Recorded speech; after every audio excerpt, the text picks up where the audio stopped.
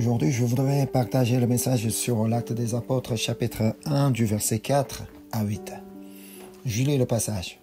Comme il se trouvait avec eux, il leur recommanda de ne pas s'éloigner de Jérusalem, mais d'attendre ce que le Père avait promis, ce que je vous ai annoncé, leur dit-il. Car je m'ai baptisé d'eau, mais vous, dans peu de jours, vous serez baptisés du Saint-Esprit. Alors les apôtres réunis lui demandèrent, « Seigneur, est-ce en ce temps que tu rétabliras le royaume d'Israël ?» Il leur répondit, « Ce n'est pas à vous de connaître les temps ou les moments que le Père a fixés de sa propre autorité. Mais vous recevrez une puissance, le Saint-Esprit survenant sur vous, et vous serez mes témoins à Jérusalem, dans toute la Judée, dans la Samarie et jusqu'aux extrémités de la terre. » En cette occasion de la Pentecôte, j'aimerais partager avec vous pourquoi il est si important que nous recevions le Saint-Esprit. Comme nous venons de le lire, Jésus ressuscité a dit à ses apôtres, avant son ascension, de ne pas quitter Jérusalem, mais d'attendre ce que le Père avait promis. Ce que le Père avait promis, c'était le baptême du Saint-Esprit. Autrement dit, il ne devait pas quitter Jérusalem parce qu'il devait recevoir le Saint-Esprit. Et Jésus lui-même a expliqué pourquoi il est nécessaire de recevoir le Saint-Esprit. C'est ce qu'on peut lire au verset 8. « Mais vous recevrez une puissance, le Saint-Esprit survenant sur vous, et vous serez mes témoins à Jérusalem, dans toute la Judée, dans la Samarie et jusqu'aux extrémités de la terre. » En effet, il fallait qu'ils reçoivent le Saint-Esprit pour recevoir la puissance nécessaire afin d'être les témoins du Seigneur à Jérusalem, dans toute la Judée, en Samarie et jusqu'aux extrémités de la terre. Ainsi, le jour de la Pentecôte, lorsque ceux qui étaient réunis ont reçu le Saint-Esprit, un changement s'est opéré en eux par l'action de l'Esprit. Autrement dit, la puissance du Saint-Esprit a commencé à se manifester dans leur vie. Voyons maintenant ce qui s'est passé ce jour-là en Actes chapitre 2. Commençons par le verset 1. Le jour de la Pentecôte, ils étaient tous ensemble dans le même lieu. Certes, le fait que ce jour soit celui de la Pentecôte, une fête importante, a contribué à ce que beaucoup de personnes soient réunies. Mais ce qui comptait surtout, c'est que selon les paroles de Jésus, ils ne devaient pas quitter Jérusalem et ils étaient rassemblés pour prier afin de recevoir le Saint-Esprit promis. C'était pour recevoir la puissance dont Jésus avait parlé. Et que s'est-il passé pour eux? Du verset 2 à 4. Tout à coup, il vint du ciel un bruit comme celui d'un vent impétueux et il remplit toute la maison où ils étaient assis. Des langues, semblables à des langues de feu, leur apparurent séparées les unes des autres et se posèrent sur chacun d'eux. Et ils furent tous remplis du Saint-Esprit et se mirent à parler en d'autres langues selon que l'Esprit leur donnait de s'exprimer. Au moment où le Saint-Esprit est descendu sur eux, des langues semblables à des flammes de feu apparues, se posant sur chacun d'eux. C'était comme s'ils recevaient un feu divin. Et lorsqu'ils ont tous été remplis du Saint-Esprit, ils ont commencé à parler en d'autres langues, selon ce que l'Esprit leur donnait de s'exprimer. Cela vous rappelle-t-il un événement? Oui, la tour de Babel. À cette époque, toute la terre avait une seule langue et les hommes avaient commencé un projet commun. Voyons maintenant Genèse chapitre 11, versets 3 et 4. Ils se dirent l'un à l'autre, « Allons, faisons des briques et cuisons-les au feu. » Et la brique leur servit de pierre et le bitume leur servit de ciment. Ils dirent encore, « Allons, bâtissons-nous une ville et une tour dont le sommet touche au ciel, et faisons-nous un nom, afin que nous ne soyons pas dispersés sur la face de toute la terre. » Quand on lit attentivement les paroles de ces hommes, on comprend le contexte dans lequel ce projet a commencé. Ils voulaient construire une ville et une tour dont le sommet atteindrait le ciel. En voyant qu'ils utilisaient des briques et du bitume, on peut comprendre qu'ils voulaient se protéger de quelque chose. Mais avant ce projet de tour, il y avait eu un autre grand projet de construction. C'était la construction de l'arche. Dieu, voyant la terre remplie de méchanceté, avait décidé de juger le monde par le déluge. Mais pour sauver Noé et sa famille, il leur avait commandé de construire une arche. Voici comment Dieu a donné les instructions pour construire l'arche. C'est ce qu'on peut lire dans Genèse chapitre 6, verset 14. « Fais-toi une arche de bois de gopher. Tu disposeras cette arche en cellules et tu l'enduiras de bois en dedans et en dehors. » Dieu avait demandé à Noé de recouvrir l'arche de bois à l'intérieur comme à l'extérieur, afin de la rendre imperméable à l'eau. Lorsque les hommes ont construit la tour de Babel et qu'ils ont utilisé du bitume, cela signifie qu'ils voulaient construire une tour capable de résister à un éventuel nouveau déluge. Ils pensaient qu'en cas de nouveau jugement de Dieu par l'eau, ils pourraient se protéger eux-mêmes. C'est pourquoi ils ont voulu construire une tour dont le sommet atteindrait le ciel. Autrement dit, c'était une forme de défi direct contre Dieu. Ils voulaient s'affranchir de la souveraineté divine et assurer leur propre sécurité par leurs propres moyens. De plus, ils cherchaient à se faire un nom, à se glorifier eux-mêmes devant le monde. Voyons cela, Dieu a pris une décision radicale. C'est ce qu'on peut lire en Genèse chapitre 11 du verset 6 à 7.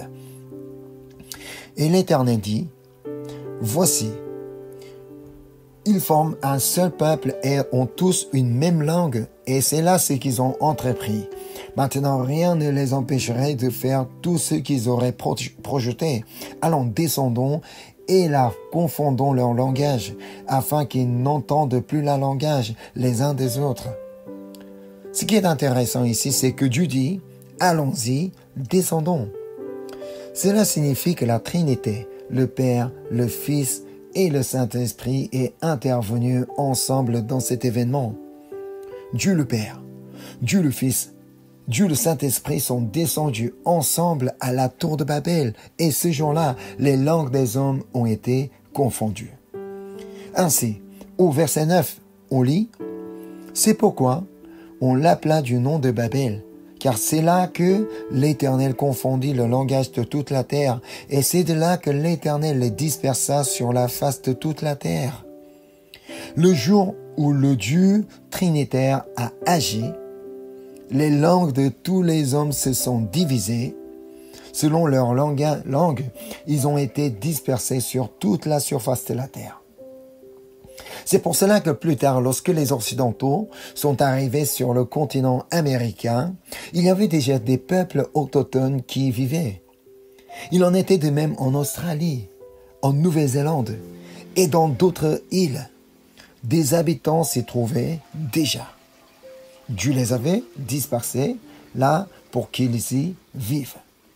Ainsi, après la dispersion des langues à Babel et la dispersion des peuples sur toute la terre, un jour dans une chambre haute à Jérusalem, un événement extraordinaire a eu lieu. Après l'ascension de Jésus, alors que les disciples attendaient le Saint-Esprit promis par Dieu en priant, tous ceux qui étaient réunis ont été remplis du Saint-Esprit et ont commencé à parler dans d'autres langues. C'est ce qu'on peut lire dans les Actes chapitre 2, verset 4. Et ils furent tous remplis du Saint-Esprit et se mirent à parler en d'autres langues, selon que l'Esprit leur donnait de s'exprimer. Par l'action du Saint-Esprit, les gens se sont mis à parler de nouveau en différentes langues. Mais cette fois-ci, la raison était complètement différente. À Babel, Dieu avait confondu les langues pour empêcher les hommes, unis par une seule langue, de former un projet contre lui. Mais cette fois, C'était pour ouvrir la porte à la mission afin que l'évangile soit proclamé à toutes les nations. Et que disait Jésus avant de monter au ciel? C'est ce qu'on peut lire dans les Actes chapitre 1, verset 8. Mais vous recevrez une puissance, le Saint-Esprit survenant sur vous, et vous serez mes témoins à Jérusalem, dans toute la Judée, dans la Samarie et jusqu'aux extrémités de la terre. Ainsi, par le Saint-Esprit, Jésus annonçait que l'œuvre missionnaire allait commencer à Jérusalem, puis s'étendre aux régions voisines et aux autres nations pour que l'Évangile soit proclamé partout. Si le Saint-Esprit est descendu précisément le jour de la Pentecôte, c'est parce que ce jour-là, des personnes venant de nombreuses régions et parlant différentes langues s'étaient rassemblées à Jérusalem pour célébrer la fête. C'est ce qu'on peut lire dans les Actes chapitre 2, verset 5. Or, il y avait en séjour à Jérusalem des Juifs, hommes pieux, de toutes les nations qui sont sous le ciel. À ce moment-là, les gens qui étaient rassemblés à Jérusalem ont soudain entendu des voix de prière venant de quelque part. Et ce qui les a étonnés, c'est qu'ils entendaient ces prières dans leur propre langue, celles qu'ils utilisaient dans leur vie quotidienne. Voyons ensemble ce qui s'est passé dans cette scène. Dans les Actes chapitre 2, du verset 8 à 11. Et comment les entendons-nous dans notre propre langue à chacun, dans notre langue maternelle? Parthes, Médès, Élamites, ceux qui habitent à Mésopotamie, la Judée, la Cappadoce, le Pont, l'Asie, la Phrygie, la Pamphylie, l'Égypte, le territoire de la Libye voisine de Cyrène, et ceux qui sont venus de Rome, juifs et prosélytes, crétois et arabes. Comment les entendons-nous parler dans nos langues des merveilles de Dieu? Ce jour-là, à Jérusalem, il y avait des personnes venues de nombreux pays parlant différentes langues. Mais ceux qui priaient dans la chambre haute de Mac n'avaient jamais appris langue étrangère, ni vécu à l'étranger. Pourtant, les gens entendaient ces prières dans leur propre langue. Ceux qui priaient ne comprenaient pas ce qu'ils disaient, mais ils parlaient des grandes œuvres de Dieu.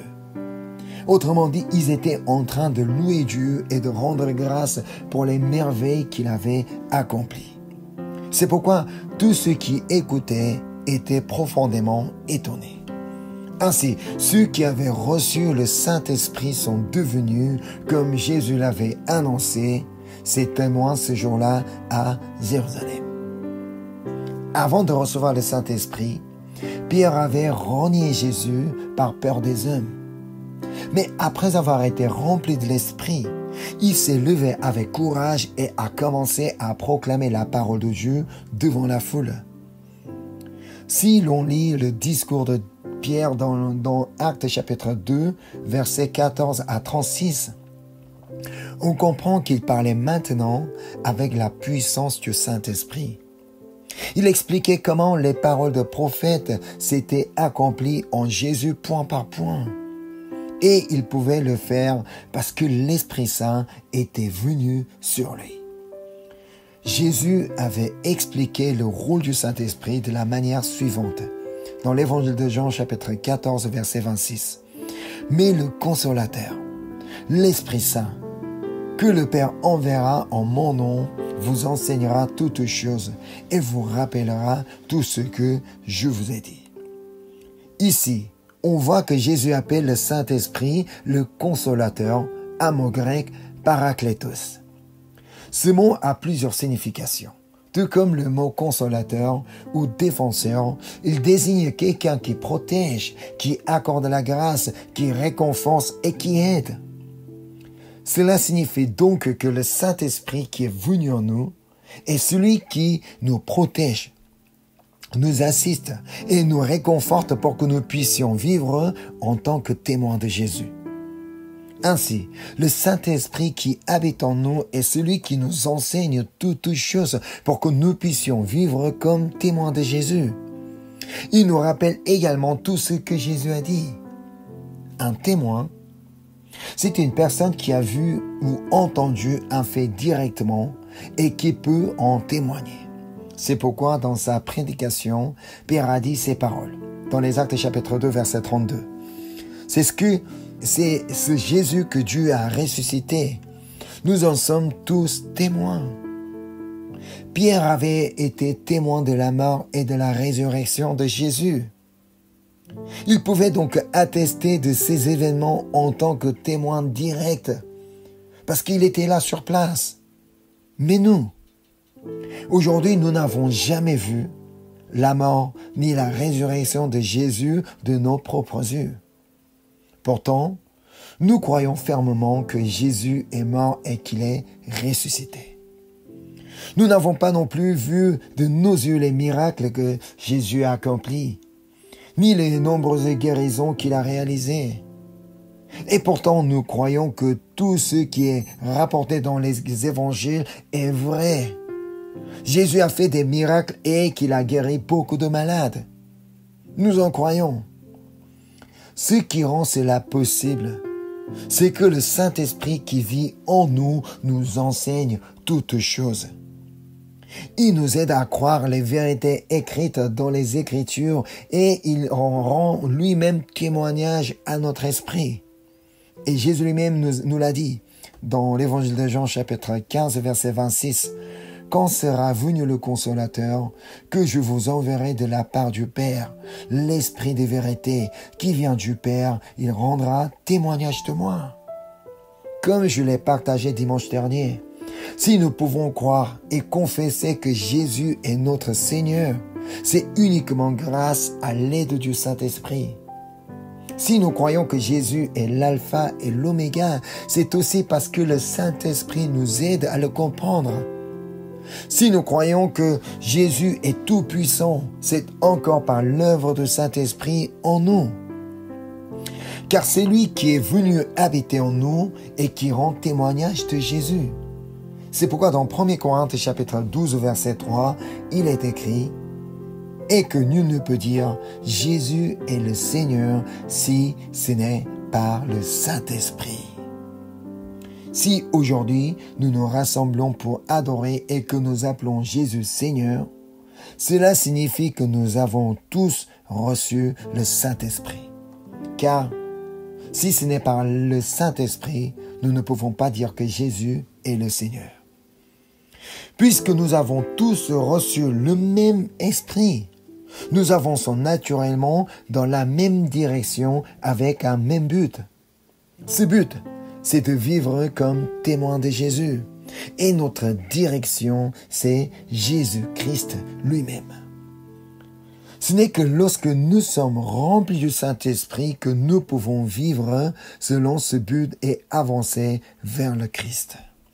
C'est pourquoi ce qui est essentiel pour nous, c'est d'être remplis du Saint-Esprit. Alors, une question très importante se pose. Comment pouvons-nous être remplis du Saint-Esprit? Ceux qui ont reçu l'Esprit le jour de la Pentecôte nous montrent la réponse. C'est ce qu'on peut lire dans les Actes chapitre 2, verset 42. Ils persévéraient dans l'enseignement des apôtres, dans la communion fraternelle, dans la fraction du pain et dans les prières. Ici, nous voyons que nous pouvons être remplis du Saint-Esprit grâce à 3 choses. Premièrement, nous pouvons être remplis du Saint-Esprit lorsque nous écoutons la parole de Dieu. Recevoir l'enseignement des apôtres signifie en réalité recevoir la parole proclamée lors du culte en communauté. Comme il est dit dans l'Épître aux Romains, la foi vient de ce qu'on entend et ce qu'on entend vient de la parole de Christ. Lorsque nous écoutons la parole de Dieu proclamée, nous sommes remplis du Saint-Esprit par cette parole et notre foi ne peut que grandir. C'est pourquoi dans le livre des Actes, on voit que le Saint-Esprit descendait sur ceux qui écoutaient la parole. C'est ce qu'on peut lire dans les Actes chapitre 10 verset 44. Quand Pierre prononçait encore ces mots, le Saint-Esprit descendait sur tous ceux qui écoutaient la parole. Ainsi, lorsque nous aspirons au culte et que, avec un cœur assoiffé, nous recevons la parole de Dieu, nous sommes remplis du Saint-Esprit. C'est alors que nous pouvons vivre pleinement en témoin de Jésus-Christ. Et deuxièmement, nous pouvons être remplis du Saint-Esprit lorsque nous communions entre les croyants. Nous sommes influencés par les personnes avec qui nous parlons et partageons des moments.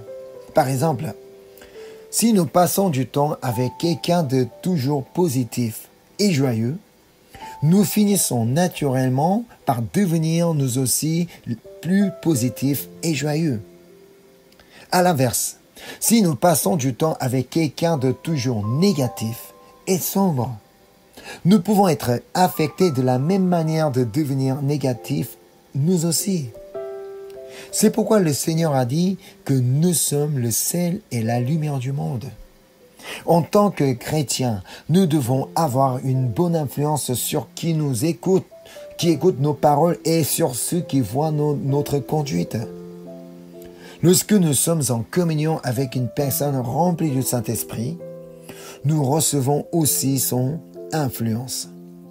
C'est pour cela que la communion entre frères et sœurs dans l'Église est si importante. Surtout après le culte, quand les personnes remplies du Saint-Esprit se retrouvent ensemble. L'effet synergétique est encore plus grand. Dans le livre des Actes, on peut voir comment, grâce à cette communion entre les croyants, des choses extraordinaires ont pu se produire. C'est ce qu'on peut lire dans les Actes chapitre 2, du verset 44 à 47. Tous ceux qui croyaient étaient dans le même lieu, ils avaient tout en commun, ils vendaient leurs propriétés et leurs biens et qu'ils en partageaient le produit entre tous selon les besoins de chacun. Ils étaient chaque jour tous ensemble assidus au temple. Ils rompaient le pain dans les maisons et prenaient leur nourriture avec joie et simplicité de cœur, louant Dieu et trouvant grâce auprès de tout le peuple. Et le Seigneur ajoutait chaque jour à l'Église ceux qui étaient sauvés. Les croyants, unis les uns aux autres dans l'amour et la communion, sont devenus les témoins de Jésus. Par leur témoignage, le nombre de personnes sauvées a augmenté. Vivre en témoin ne se fait pas seulement par des paroles, mais aussi par notre vie elle-même. Comme ils se réunissaient chaque jour avec des personnes remplies du Saint-Esprit, ils s'influençaient mutuellement et pouvaient ainsi mener une vie pleine du Saint-Esprit. Troisièmement, nous pouvons être remplis du Saint-Esprit lorsque nous prions. Dans les Actes chapitre 2, verset 42, il est écrit « Ils persévéraient dans l'enseignement des apôtres, dans la communion fraternelle, dans la fraction du pain et dans les prières. » À l'époque, les premiers chrétiens mettaient beaucoup d'efforts à recevoir l'enseignement des apôtres, à vivre la communion fraternelle et à partager le pain et surtout à prier avec ferveur. C'est pourquoi ils étaient toujours remplis du Saint-Esprit et pouvaient accomplir pleinement leur rôle de témoin. Le jour de la Pentecôte, ceux qui étaient rassemblés dans la chambre haute de Marc ont reçu le feu du Saint-Esprit pendant leur prière. Ce feu du Saint-Esprit a changé leur langage. Leur cœur s'est rempli de courage et leur amour les uns pour les autres a grandi. Autrement dit, recevoir le feu de l'Esprit a enflammé leur passion pour vivre en témoin de Jésus. Je souhaite que ce même feu du Saint-Esprit descende aujourd'hui sur chacun de vous qui êtes ici présents écoutant le message. Le Seigneur désire que nous recevions tous la puissance du Saint-Esprit pour devenir ses témoins à Jérusalem, dans toute la Judée, en Samarie et jusqu'aux extrémités de la terre. Pour vivre en témoin du Seigneur, il faut d'abord être rempli du Saint-Esprit. Et pour être rempli du Saint-Esprit, il faut écouter la parole et être en communion avec les frères et sœurs et prier avec ferveur. Je prie afin que, en ce jour, chacun ici reçoive la plénitude du Saint-Esprit et vive la grâce d'être un témoin vivant de Jésus-Christ. Je vous bénis au nom de Jésus-Christ. Amen. Je termine par la prière. Seigneur, merci. Merci Seigneur de nous avoir envoyé le Saint-Esprit. Nous sommes si heureux, joyeux que le Saint-Esprit est en nous. C'est grâce au Saint-Esprit que nous pouvons vraiment croire tout ce qui est écrit dans la Bible. C'est grâce au Saint-Esprit que maintenant nous pouvons être tes témoins, Seigneur. Sans le Saint-Esprit, nous ne pouvons rien faire. Alors, agis puissamment sur nous. Et nous voulons toujours être remplis de Saint-Esprit. C'est pourquoi nous voulons être assidus au temple pour écouter tes messages, Seigneur, tes paroles, Seigneur. Et que nous voulons continuellement communier avec tes frères et tes sœurs. Et nous voulons aussi continuer à prier avec ferveur, Seigneur. En aucun cas, nous ne voulons jamais être éloignés de l'Église, éloignés de communauté. Nous voulons toujours être vraiment assidus et que nous voulons toujours persévérer dans l'écoute de la parole, dans la communion et aussi dans les prières, Seigneur. Ô Saint-Esprit, aide-nous, afin que nous soyons toujours remplis de toi, Seigneur. Merci encore une fois pour le message que tu nous as donné. Merci pour ta grâce. Je te prie au nom du Seigneur Jésus-Christ. Amen.